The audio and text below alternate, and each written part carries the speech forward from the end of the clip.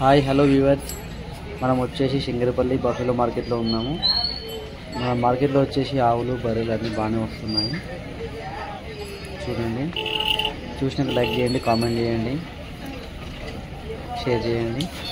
Video అయితే full చూడండి.